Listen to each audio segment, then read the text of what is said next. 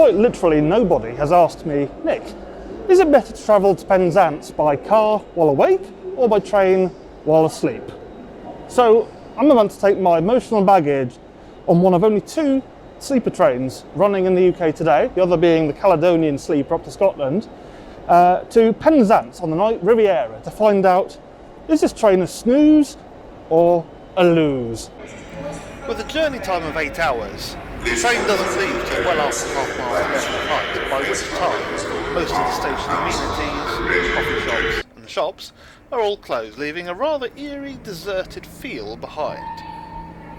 However, there is always a trusty McDonald's to grab just before you get on your train, or also we can meet a rather familiar friend.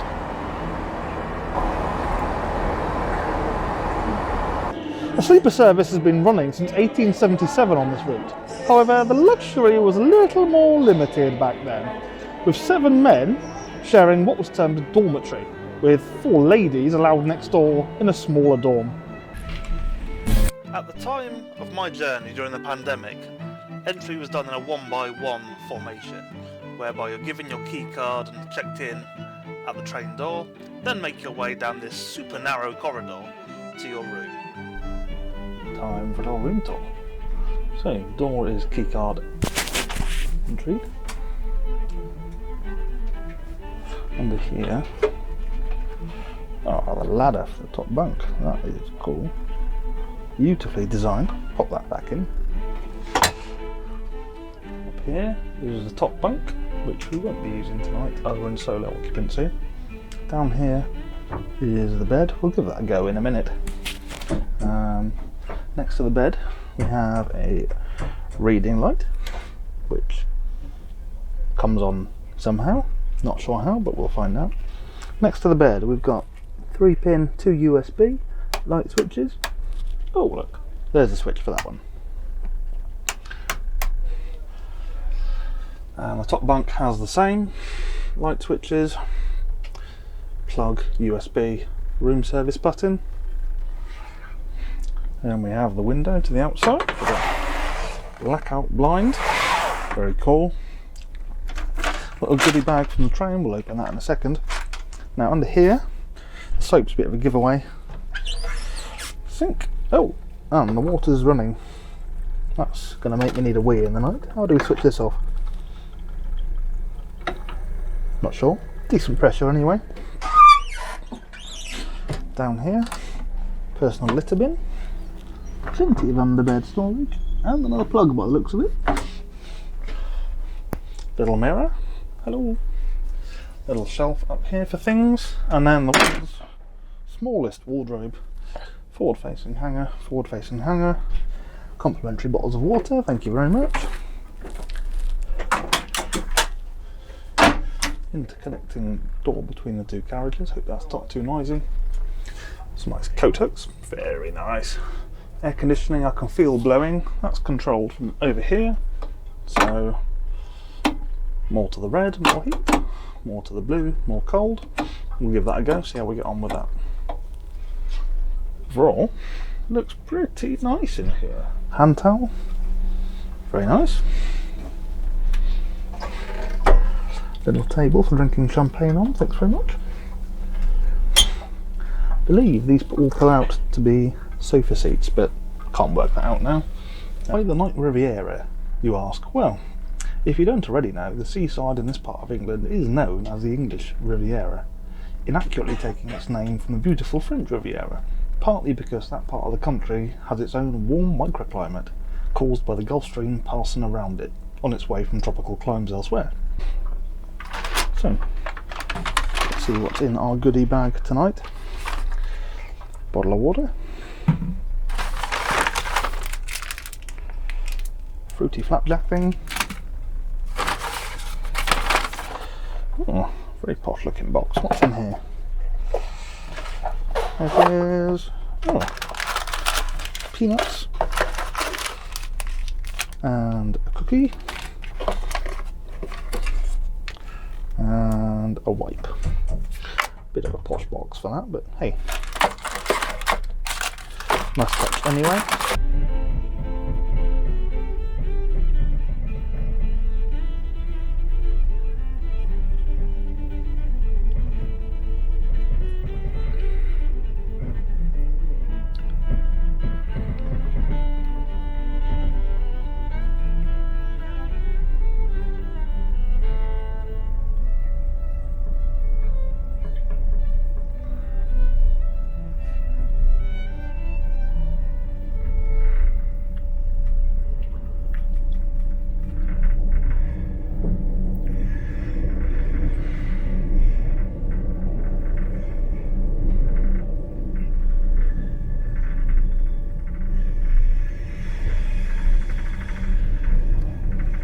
As I get settled into the room, the train pulls out of Paddington, slowly heading west out of London towards Reading. At this stage it's already late and I'm feeling quite tired. However, an Englishman's home is his castle, so I venture in direction of the lounge car to see what sustenance I can receive. Unfortunately, it was closed during the pandemic. However, I was able to obtain a complimentary cup of tea and yet another biscuit to join the small collection I'd already got in the room.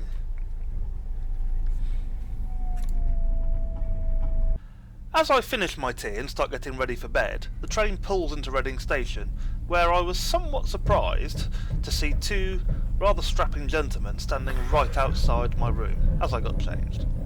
Nonetheless, flashing over, I decided to get into bed. However, at this stage, I forgot to switch my microphone on. So, let me tell you what I was talking about. First of all, I said I just got into bed, and I'd already found that the plug socket being located above your head means that you do have wires hanging down, poking you. And it was quite easy to accidentally knock the room service button instead of switching off the light switches. This seemed a bad design. Secondly, once in bed, the overhang of the bottom bunk really pushed into your available space, making the bed seem really quite thin, and at the time I was talking, I felt quite concerned that it was going to be quite difficult to sleep. However, the bedding and the pillows were of really good quality, and the bed itself was comfortable. So, as the train pulled out of Reading, I was hoping for a good night's sleep.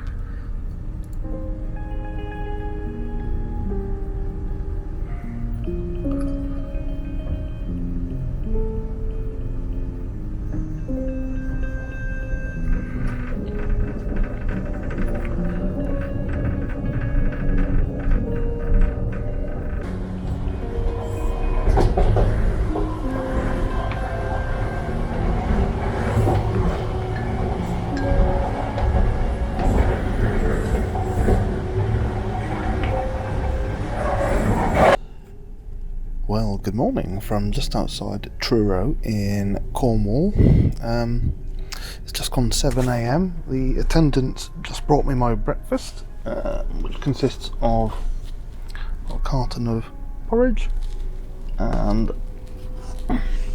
it's a cup of coffee. In non-COVID times you could get a bacon roll and a pot of coffee, but better than nothing. In answer to the question, how do you sleep on a train? Unfortunately, the answer is not very well, for two reasons. First of all, the bed, as suspected, is just too narrow, and if you're a side sleeper like myself, it's extremely hard to get comfortable. Second main reason is all the rattling and the vibration noises really are quite frustrating, keeping you up all night. I must have got about 3 hours sleep, so not feeling massively refreshed at the moment, but I'm going to have this cup of coffee, going to get myself ready, and we'll see how we go. Ready for arrival into Penzance at about 8 o'clock. So, I think I've worked out where the vibration is coming from now. It's from this door handle. Can you hear that?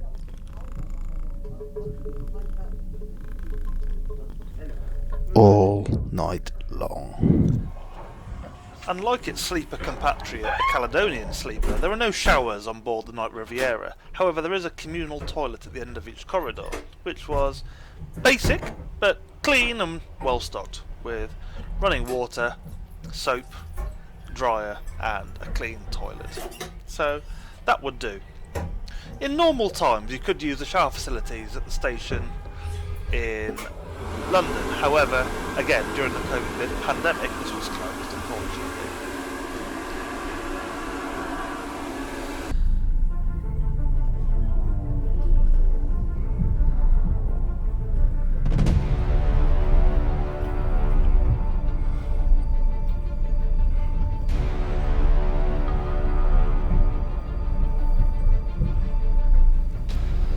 The journey along the seafront as you pass down the end of the line in Cornwall is absolutely spectacular, and a highlight of the journey, watching the sunrise over the Bay of Penzance with St Michael's Mount, a famous tourist attraction, in the background.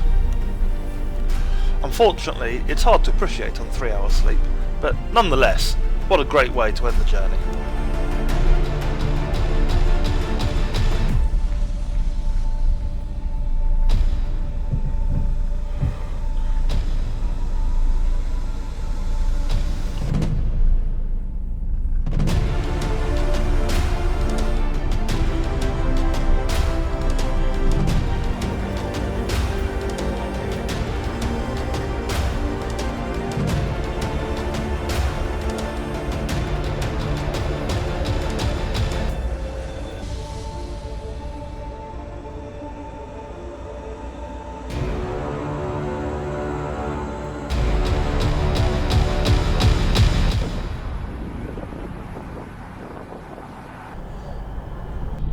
So we've arrived here at a rather windy Penzance, and yet not a pirate in sight. Let me know what you think of the Night Riviera down below in the comments. Would you take the train overnight, or would you drive during the day? Thank you so much for joining me in this video today. Please like and subscribe if you did, and we'll see you again on the next video. Take care.